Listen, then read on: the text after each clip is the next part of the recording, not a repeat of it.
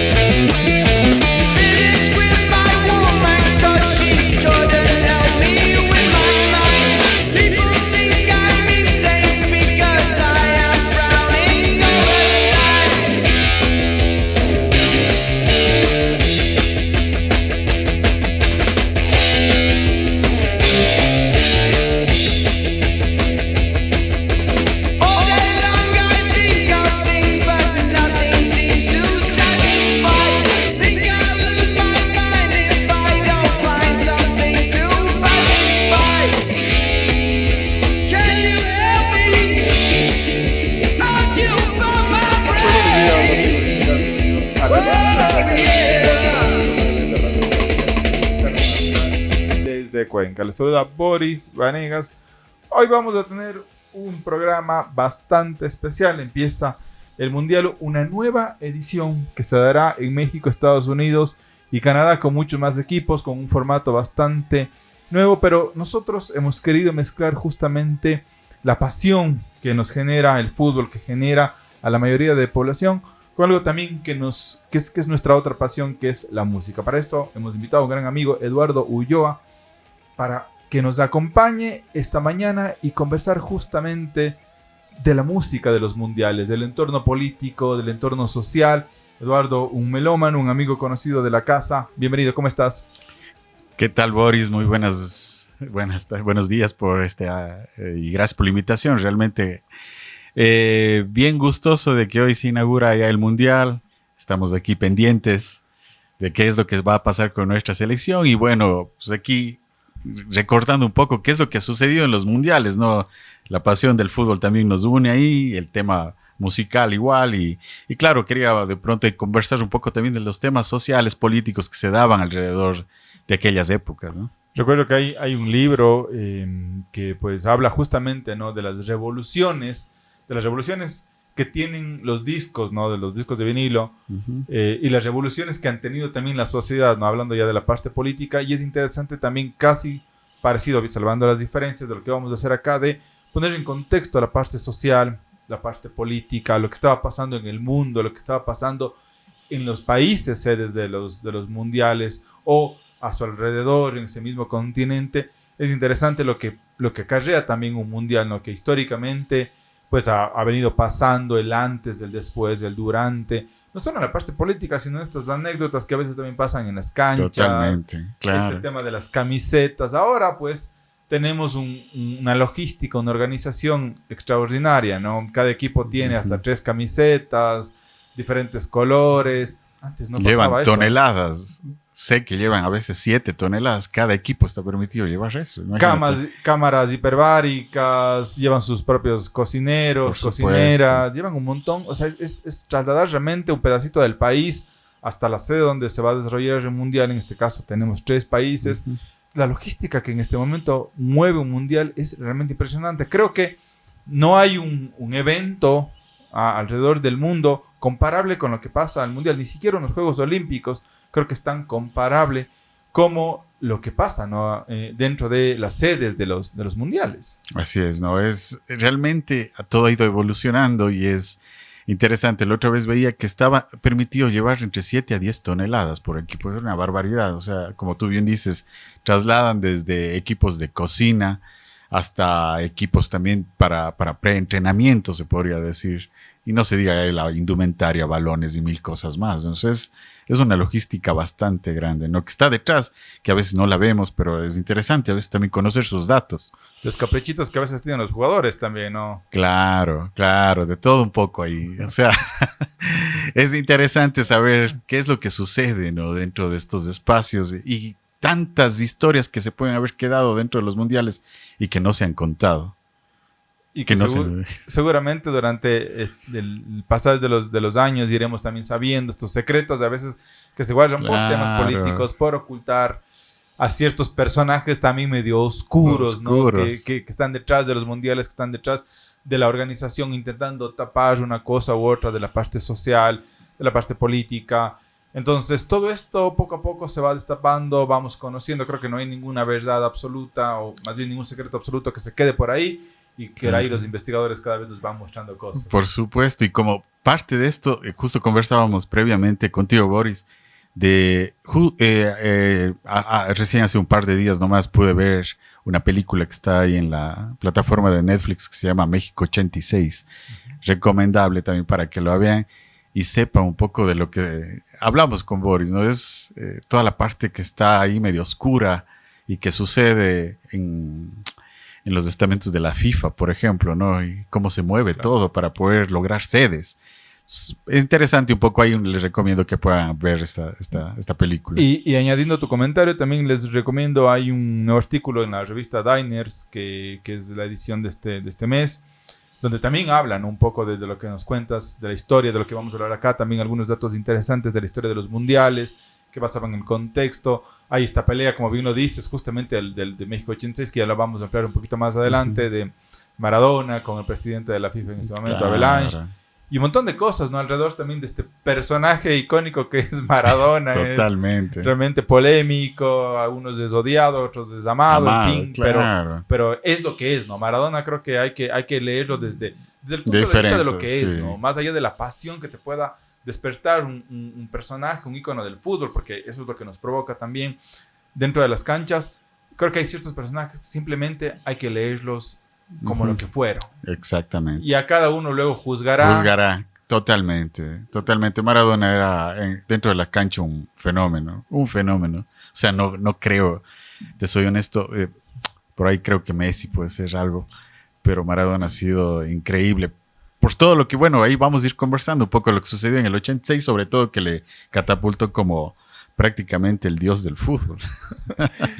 Quiero informarles a nuestros amigos oyentes, a los que nos están siguiendo por 104.9, que vamos a hacer 2 partes debido a la información que tenemos, claro, que Eduardo nos ha recopilado también. Muchas gracias por eso. Entonces, obviamente, como el Mundial dura varias semanas y obviamente este programa sí está dirigido más a la difusión cultural, hemos intentado mezclar la música, que es también lo que nos apasiona, frente al contexto social y el mundial, que es lo que decíamos al inicio. Entonces, hemos tomado ciertas partes del mundial, ya lo vamos a contar, y lo vamos a dividir en 2 partes. Esperemos, ojalá podamos 2 o 3 partes que sean necesarias. Podamos terminar. Y bueno, y estos especiales del mundial, nada más para que la gente un poco también conozca. Vamos a seguir invitando amigos de la parte del diseño, vamos a intentar analizar, por ejemplo, los afiches del mundial, ¿no?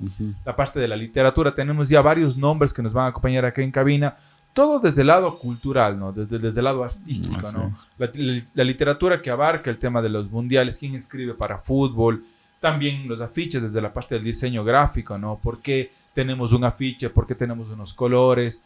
Todo el tema que abarque un análisis desde la parte social, desde la parte cultural, la vamos a tener aquí en programas especiales mientras dure este mundial, que estamos a poquitas horas nada más de que se estrene. Nada más ya para empezar, hay que decirlo, ¿no? El primer mundial, o digamos la primera época del mundial es del 1930 al 1950 más o menos, la época de los inicios, ¿no? Donde antes la FIFA te invitaba, te decía, eran épocas diferentes, ¿no? Un poco más amateur, si se quiere, ¿no? Por ahí estaba leyendo que Ecuador sí fue invitado a uno de estos lugares. Antes no se clasificaba como ahora, ¿no? Simplemente la FIFA te extendía la invitación, pero obviamente tenías que cubrir con gastos, tenías que cubrir un montón de logística, y en ese entonces era un poco más difícil, casi imposible, llegar hasta los países donde tenían las sedes, pese a que el primer país fue Uruguay, donde pues se dio el primer mundial, y ahí también hay un poco la polémica de los uruguayos campeones de ese mundial. Claro. Estos años no es que lo vamos a dejar de lado, pero vamos a saltarnos, según nuestro guión, hasta 1970, ¿no? Creo que es un gran inicio, pues, empezar en México.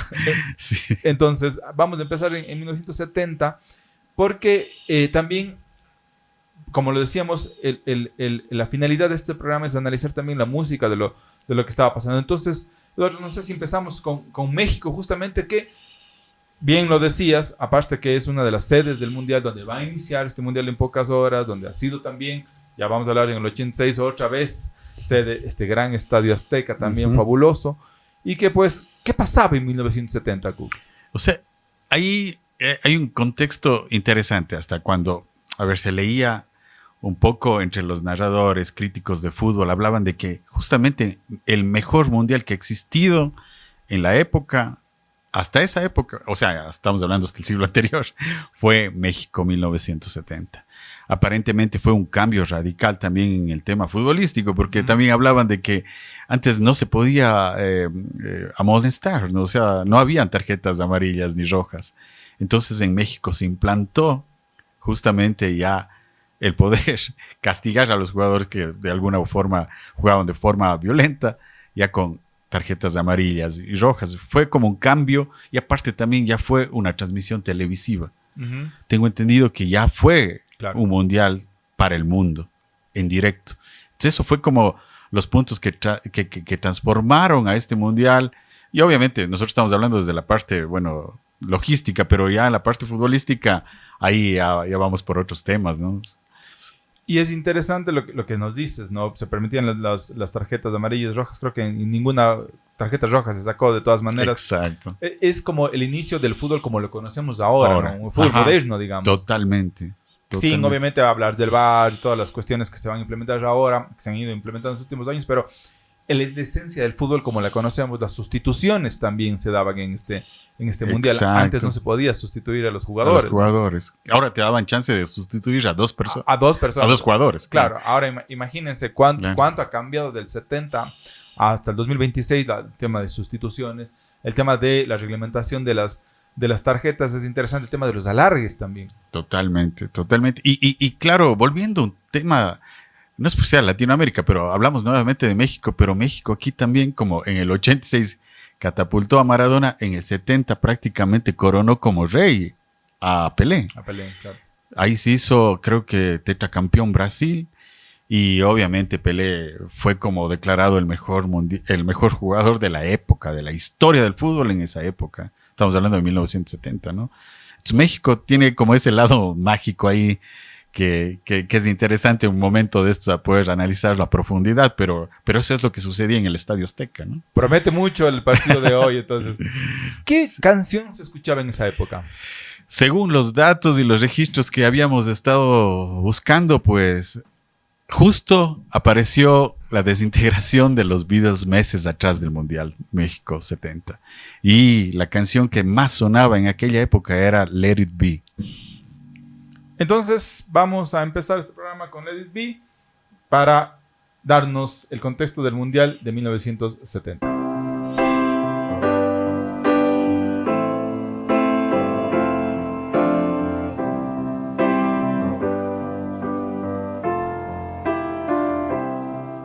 When I find myself in times of trouble, Mother Mary comes to me, speaking words of wisdom. Let it be. And in my hour of darkness, she is standing right in front of me, speaking words of wisdom. Let it be. Let it be. Let it be. Let it be. Let it be. Whisper words of wisdom. Let it be. And when the broken-hearted people living in the world agree, there will be an answer, let it be. Escuchamos unos segunditos nada más de Let It Be. Hay que decirles también al público que no vamos a escuchar toda la canción, pues por el tiempo que tenemos. Nos encantaría poder escuchar, pero es un poco la referencia también para que ustedes, capaz luego compartimos el playlist, ¿no? Claro, el link, claro. Y la gente puede volver a escuchar ya las canciones completas y pues ustedes también puedan disfrutar de esto. Vamos ahora con Alemania 74. ¿Qué pasaba en Alemania 74? Esa es una buena pregunta. Bueno, ahí en la parte ya de futbolística se dio un hecho histórico, ¿no? Porque fue justamente el enfrentamiento entre las dos Alemanias, tanto la federal como la democrática, ¿no? En esa fase de grupos y contra todo pronóstico ganó la Alemania Oriental, ¿no? Que es la Alemania comunista, que se llamaba así. Pero fue interesante porque era un grupo de gente que también no es que tenía futbolistas profesionales como lo tenía la otra Alemania. Más bien este era como un grupo de amigos de barrio, se podría decir, que no tuvo mucha preparación, pero ellos fueron los que ganaron ese partido. Y eso queda como un dato anecdótico de los mundiales, ¿no? También dentro de la parte política, recordamos del escándalo de Watergate, ¿no? Claro. Los periódicos internacionales justamente provocaban esta renuncia del presidente estadounidense Richard Nixon, donde fue en agosto de ese mismo año. ¿Qué sonaba en el 74? Hijo, ya estamos en otra época y ahí sí ABBA ya empezaba a sonar con toda la fuerza, ¿no? Este grupo sueco tenía una canción que creo que estaba pegado en esa época, Waterloo.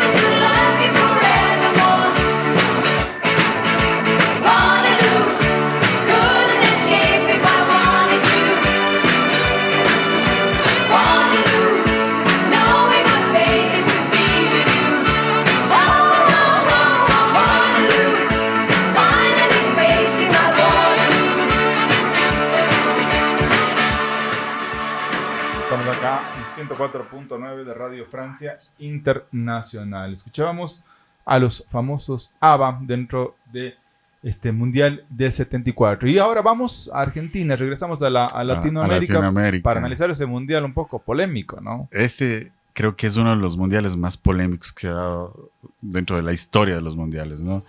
Estamos hablando de que se desarrolló justamente en una época de dictadura, la dictadura esta de Franco, ¿no? Que estuvo bastante fuerte. De Videla, perdón, de Franco, estamos hablando del 82, perdón, de Videla. Y estamos hablando de una dictadura que fue bastante recia y que puso a este mundial ahí como una cortina de humo, literal, porque pasaron muchísimas cosas que fueron en contra de los derechos humanos, mucha gente desaparecida. Y esto creo que le sirvió un poco a lavar la cara a este gobierno que lastimosamente desapareció a muchísima gente. Es uno de los mundiales polémicos justamente por lo que nos cuentas, ¿no? Hay también por ahí varios documentales que cuentan la historia desde un punto de vista. Siempre vamos a poner como punto de vista del realizador, pero hay un documental también interesante que habla justamente, ¿no?, de lo que pasó en este mundial, bien lo dices, de todas las desapariciones que se provocó alrededor de esto, ¿no? Estos dictadores que estuvieron en diferentes lugares de América Latina, también de Europa, ¿no? En caso de España, y que pues también empieza a manchar un poco la imagen del mundial, ¿no? La imagen de la FIFA, de los presidentes que estuvieron en ese entonces, ¿no? Que luego ya estarían un poco más polémicos. Empieza a manchar, como lo decía Maradona ya después del 86, la pelota no se mancha, pero sí se empieza como a manchar un poco ya la imagen del juego limpio, de quién gana, de por qué ganan ciertas selecciones, y empezamos a tener un poco en duda esta competición deportiva que es el fútbol. Exacto. Ahí hay un tema de resultados, de amaño, ¿no? O sea, se conoce que hubo muchos de estos partidos que ya estuvieron ahí con resultados previos. Lastimosamente, no sé, yo creo que sí, o sea, resultó ser uno de los mundiales, para mí creo que el más polémico, por toda la situación como que habíamos conversado, política. Pero bueno, ya yendo al tema de fútbol, también se dieron casos medio raros, ¿no? Como este del partido de Francia, que llegó me parece que era con Hungría. Hungría, sí. Sí, con Hungría. Y me parece que los dos llegan con uniformes blancos. Pero por la transmisión de fútbol que estaba pactada, decía que no se les podía distinguir. Y obviamente ahí al equipo francés se les prestó las camisetas de un equipo local ahí de Argentina, no recuerdo el nombre, pero que era obviamente de otro color, ¿no? Para poderlos distinguirlos dentro de la transmisión era del Atlético Kimberley, Ya. que era un club local de Mar del Plata, ¿no? Ahí De se- Mar del Plata. se les Sí, prestaron las camisetas de totalmente, ese club. Exacto. para que puedan, claro, con lo que dices, ¿no? Jugar. Y Jugar. quién sabe, eso fue como también provocó luego ya de tener ahora varias equipaciones de varios colores para que los jugadores se distingan en la cancha, ¿no? Algo lógico. Un poco, ¿no? Totalmente. Lo que es ahora lógico, claro, cada uno lleva como 2 o 3 uniformes incluso. Tienes mínimo 3 uniformes, ¿no? Así Y es. esto de las camisetas también tiene un dato interesante. Luego ya en el Mundial del 86 también en México, ya del 86, que estamos hablando de fútbol un poco más moderno, también Argentina tuvo por ahí un traspié. ¿Qué se escuchaba en el 78? En el 78 ya estaba de moda la música disco, pues, ¿no? Y ahí los Bee Gees creo que marcaron una época grande y gigante con su famoso Stayin' Alive.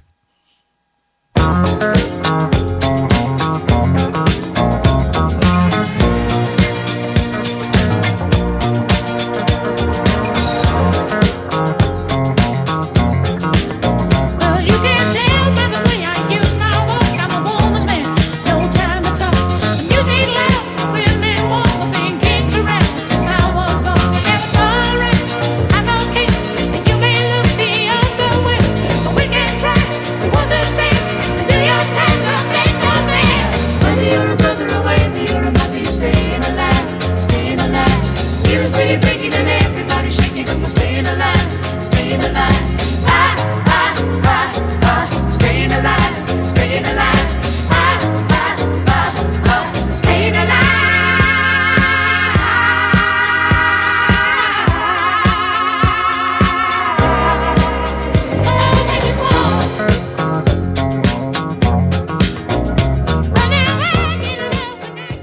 El sonido característico del Fiebre del sábado por la noche. noche. Escuchábamos, ¿no? A los Bee Gees en este entorno del Mundial del 78 en Argentina. Pero ahora vamos a Europa, regresamos a Europa, regresamos Nuevamente. a España. Total.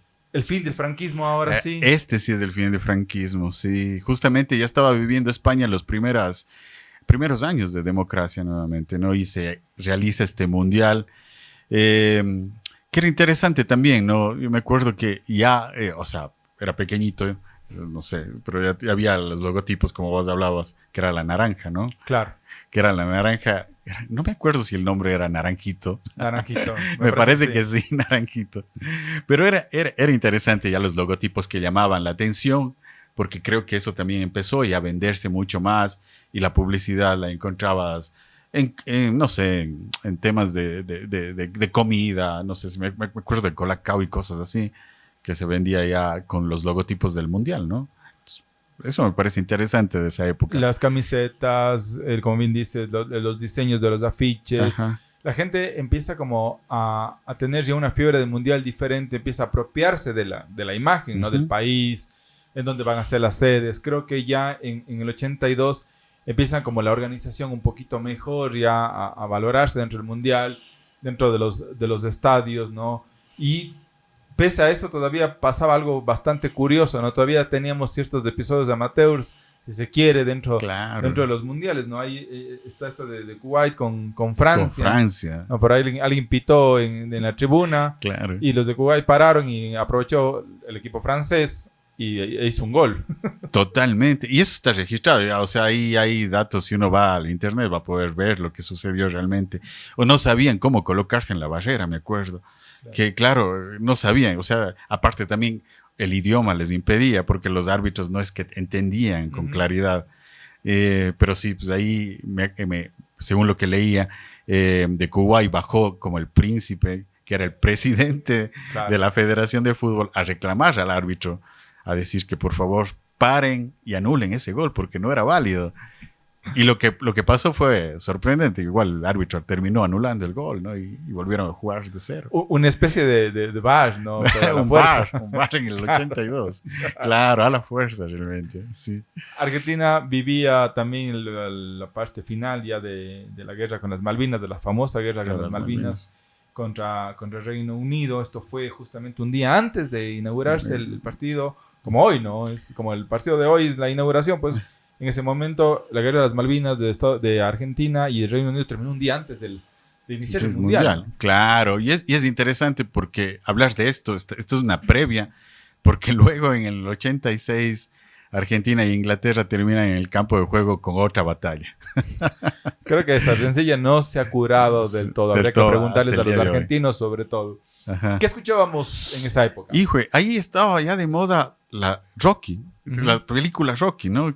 Claro. Que tuvo una serie, bueno, ahí a ver, se podría decir, de éxito, porque en la parte 3 se puso una banda sonora muy fuerte y estaba Survivor con Eye of the Tiger.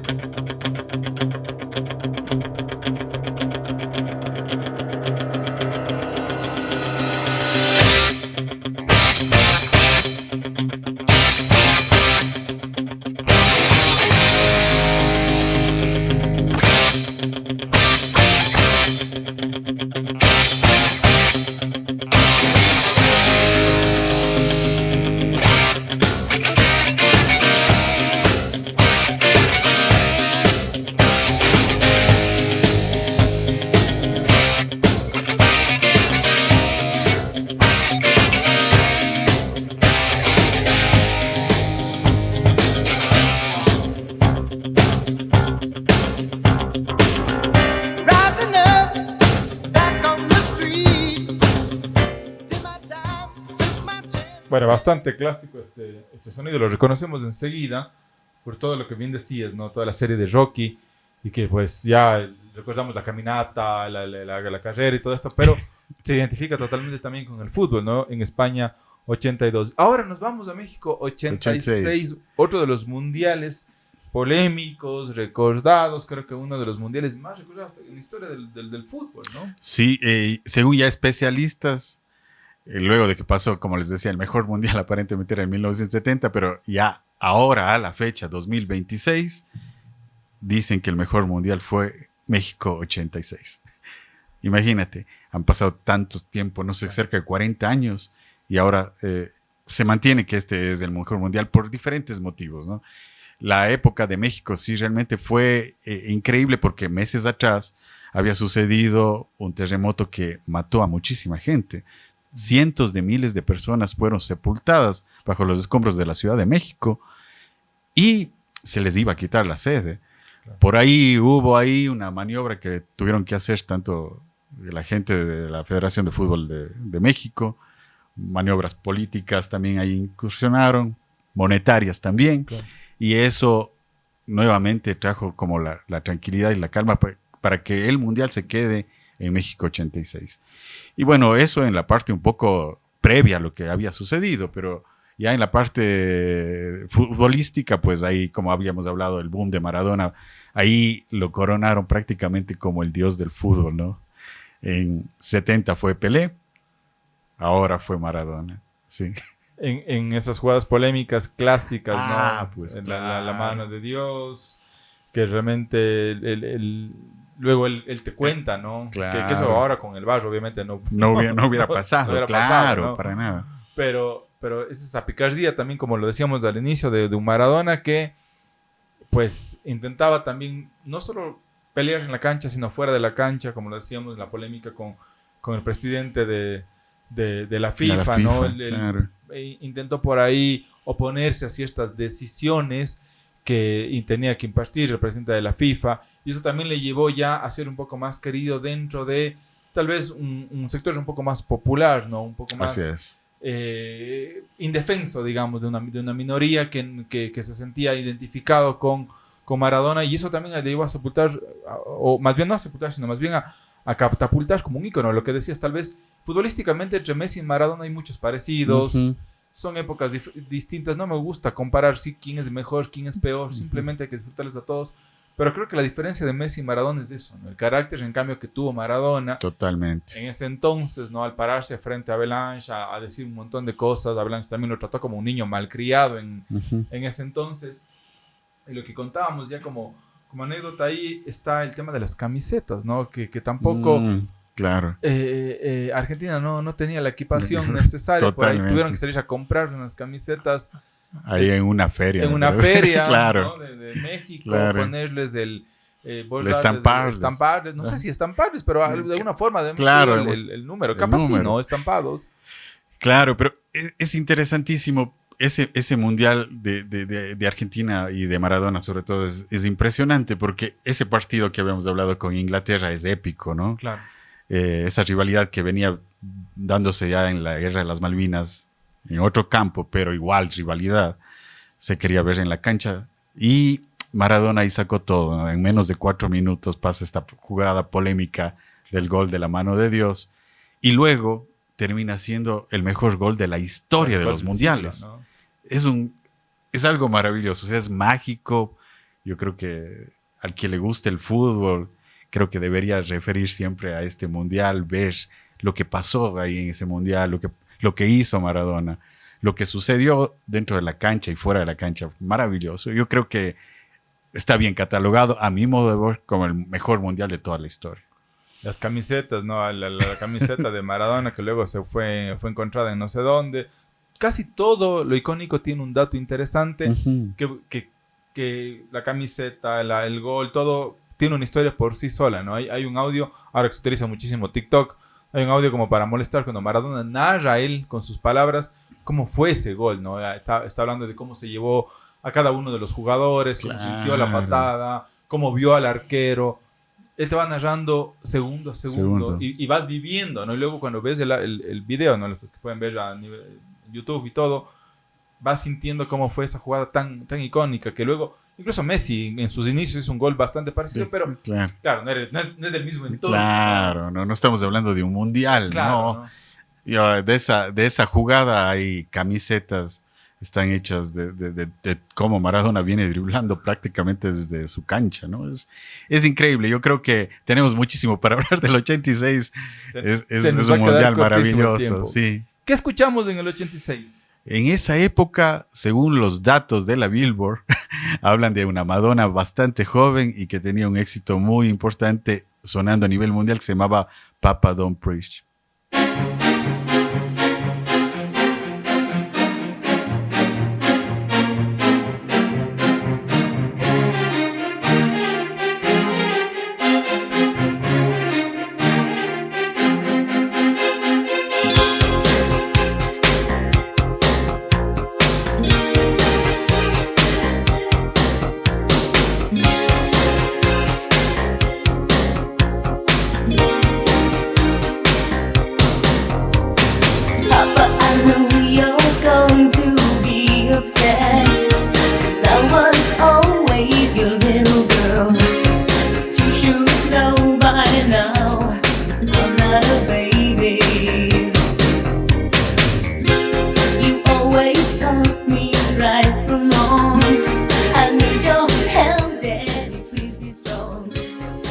Cerramos entonces el Mundial del 86 en el Estadio Azteca, esa gran final. De hoy también se hará en cambio la inauguración. Pasamos inmediatamente a Italia, ¿no? A 1990, igual, un fútbol un poquito más moderno, las selecciones ya un poco más maduras, si se quiere, un Maradona también, que como claro, pierde una final, es otro tipo ya de Maradona, 4 años después, claro. Hay un cambio físico marcado, ¿no? Totalmente, y él, a ver, es interesantísimo esto, porque él jugó gran parte de su vida en Nápoles. Claro. Era una figura adorada en Italia.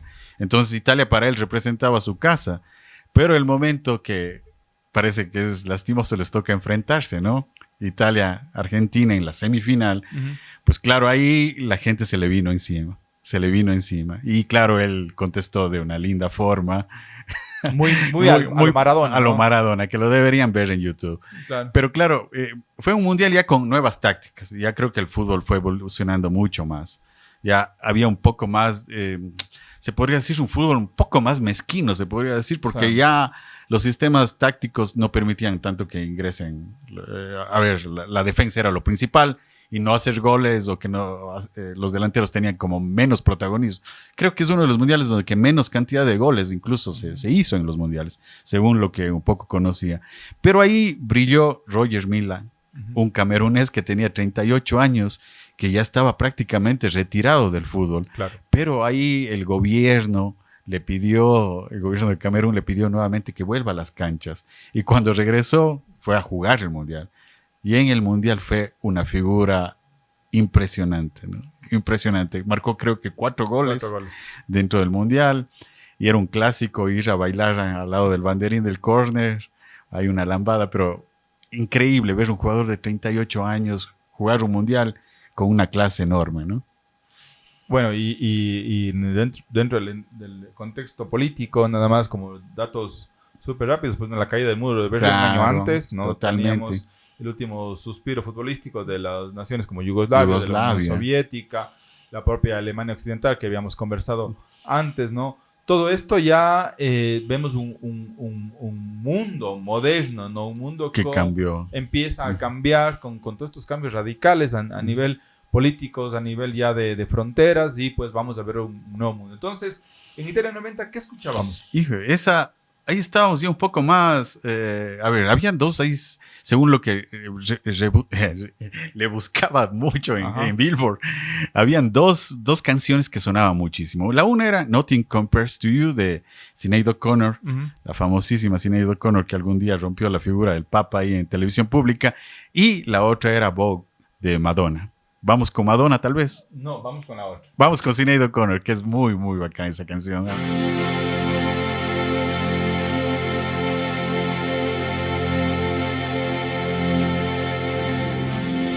It's been 7 hours and 15 days since you took your love away.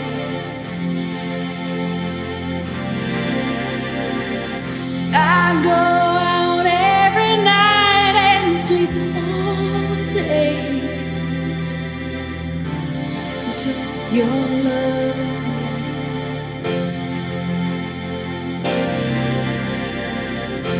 Since you've been gone, I can do whatever I want. Y del otro tiene Ace of Base, esa canción de Design.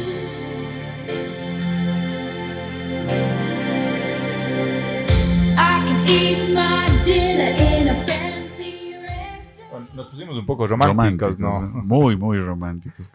Pero con eso cerrábamos Italia 90 y nos vamos a Estados Unidos 1994, también un mundial, yo diría polémico por la sede, ¿no? Estábamos hablando de Italia, que es un país bastante futbolero, de Nápoles, de Maradona, y luego ya vienes a Estados Unidos, que en el 94 era un país que no le gustaba mucho el fútbol, soccer, como le dicen ellos, claro. ¿no? Incluso había una frase que decían que el soccer lo practican, o los papás les hacen practicar a sus hijos, estamos hablando de esa época, no de ahora, les hacen practicar a sus hijos mientras buscaban algo que hacer, ¿no? Algo útil que hacer, esa era la palabra. Entonces, para los estadounidenses, el soccer, como lo llaman ellos, no era tan importante, y tenías a gente en los estadios como vendedores ambulantes repartiendo folletos de las reglas del deporte, ¿no? Claro. Que parece una cosa muy anecdótica, pero es que pasaba eso. Sin embargo, los estadios casi todos estuvieron llenos a full. Sí, o sea, yo creo que supieron vender en esa época muy bien el deporte dentro de toda la comunidad estadounidense, y era como algo nuevo, ¿no? Porque ellos vienen del béisbol, del básquetbol, Claro. pero el fútbol era, si bien hicieron intentos en los 70s, 80s, pero no tuvieron tanto éxito, ¿no? Entonces fue algo como novedoso, y bueno, pero ahí la tecnología un poco nos sorprendía porque tenían una facilidad tan grande. Yo me acuerdo que en un partido de fútbol, no me acuerdo exactamente cuál era, pero se desarmó un arco por algo. Alguien se colgó del arco, creo que fue el arquero, se cayó, pero en menos de 5 minutos reconstruyeron y trajeron un nuevo arco. Lo armaron como si nada hubiera pasado. Eso hacer en esa época era increíble. Peor en Latinoamérica, pensar Claro.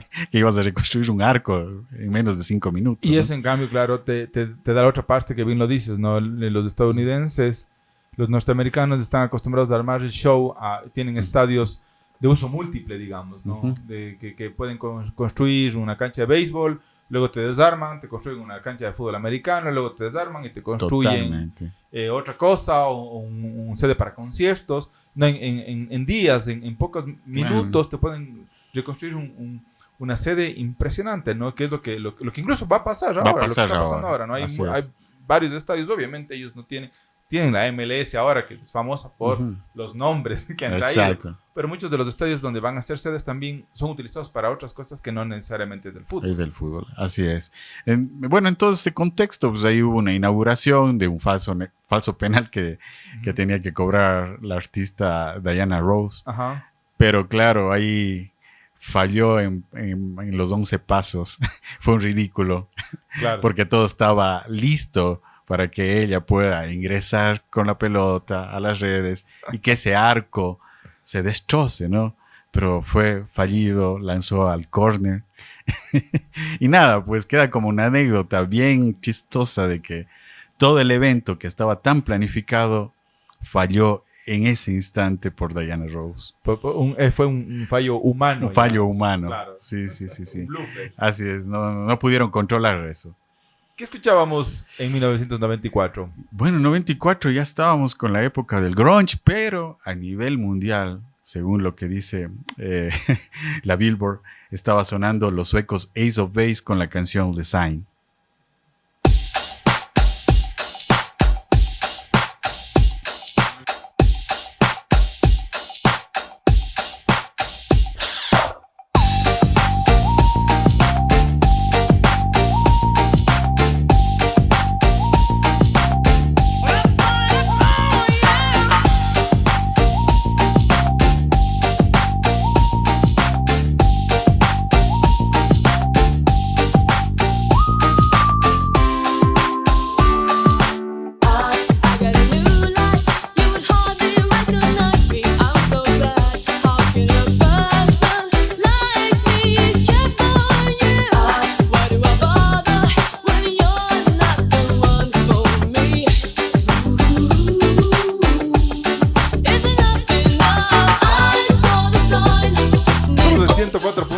En Radio Francia Internacional, en este especial con Eduardo Ulloa, hablando de la música de los mundiales. A poquitas horas nada más de que pues la inauguración de este mundial se dé en el Estadio Azteca. Ahora vamos a saltarnos a Francia, ¿no? En Francia, Claro. en 1998, uno de los mundiales también muy recordados, unas camisetas muy bonitas también, ¿no? Recordamos los Total, colores, los claro. equipos, los grandes jugadores también que estuvieron No, en pues. creo que todos los mundiales de grandes jugadores, pero creo que en el 98 recordamos esos nombres.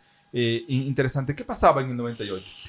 Claro, como vos bien dices, teníamos unos jugadores excelentes a nivel mundial. A ver, solamente refiriéndonos a la final, tenías en un lado por Brasil a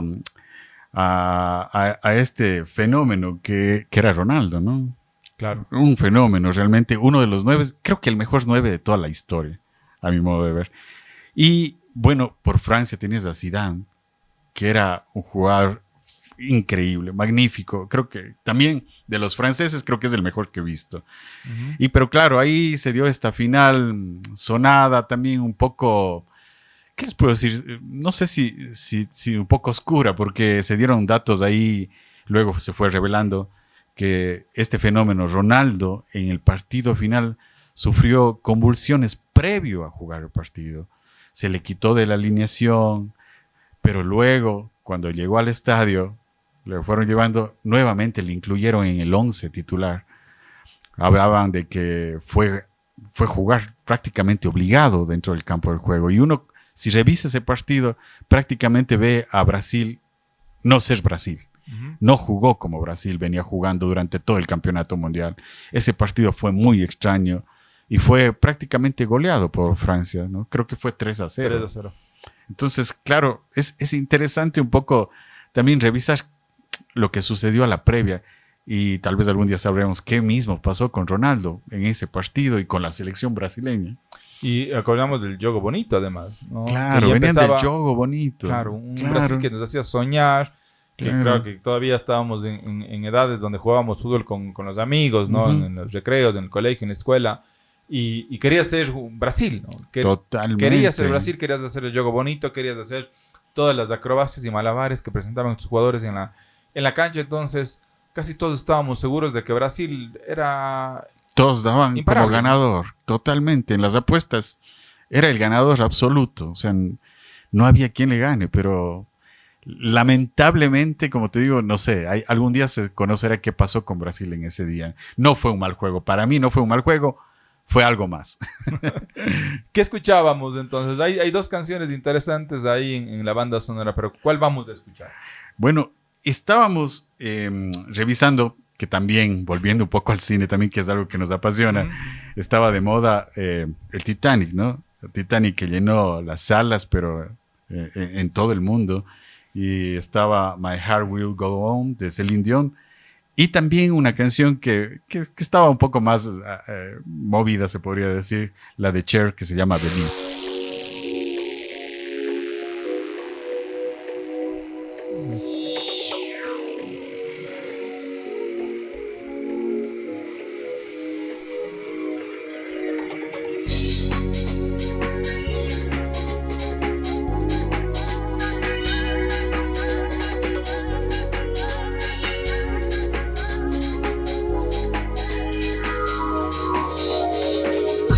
No matter how hard I try, you keep pushing me aside, and I can't break through.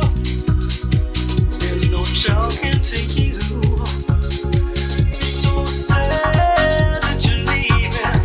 It takes time to believe it. But after all is said and done, you're gonna be the lonely one. Do you believe in life after love? I can feel Esta canción que además creo que ha tenido su segundo aire, ¿no? Porque por ahí también lo vemos ahora, un poco actualizada, dando vueltas en redes, que nos parece interesante. Totalmente. Y la famosa Cher, que no sé cuántos años tiene, pero se le ve impecable siempre, ¿no? Todavía está viva, me parece. Pero claro, TikTok es el culpable de revivir canciones, ¿no? Y esta es una más. Es interesante, ¿no? Este tema también de Cher, en algún momento ese pacto con el diablo, porque ella se mantiene igual. Y creo que debe estar sobre los 80 y algo de años. Habría que preguntarle cuál será su secreto. No creo que lo revele nunca, pero... O cuánto costará también, ¿no? Claro. Porque no está al alcance de la mayoría de nosotros. Nosotros. Nos despedimos, queridos amigos. Vamos a tener un dato, una sorpresa que nos tiene Eduardo al final.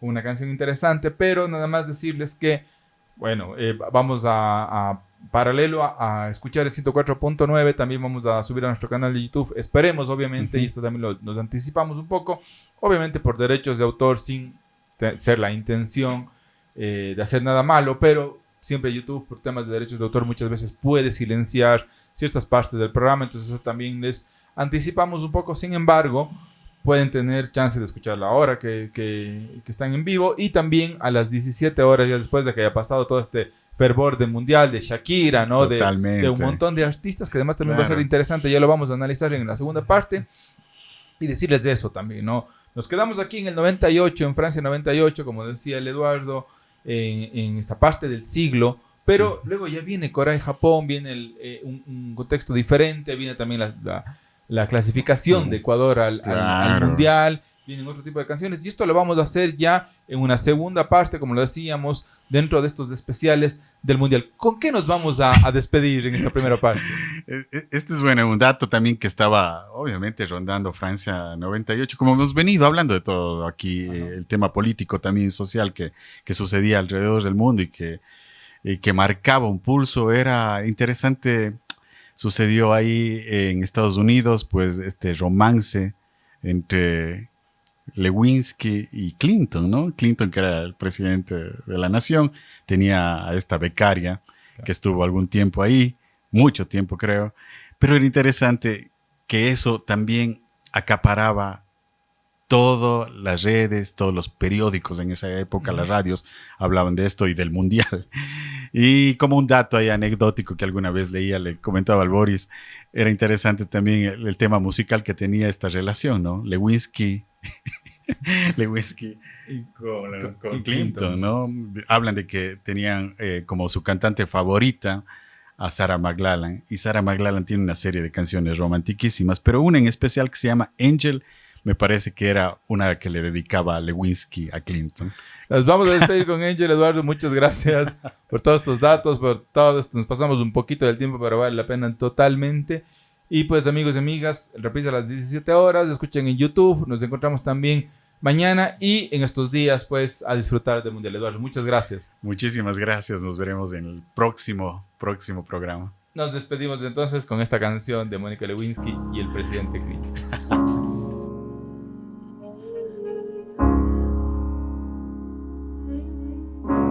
Spend all your time waiting for that second chance, for a break that would make it okay. There's always some reason to feel not good enough, and it's hard at the end of the day. I need some distraction. Oh, beautiful release. Memories seep through my veins, and maybe empty, oh, weightless, and maybe I'll find some peace tonight in the arms of the angel. Radio Francia Internacional desde Cuenca en el 104.9 de la FM.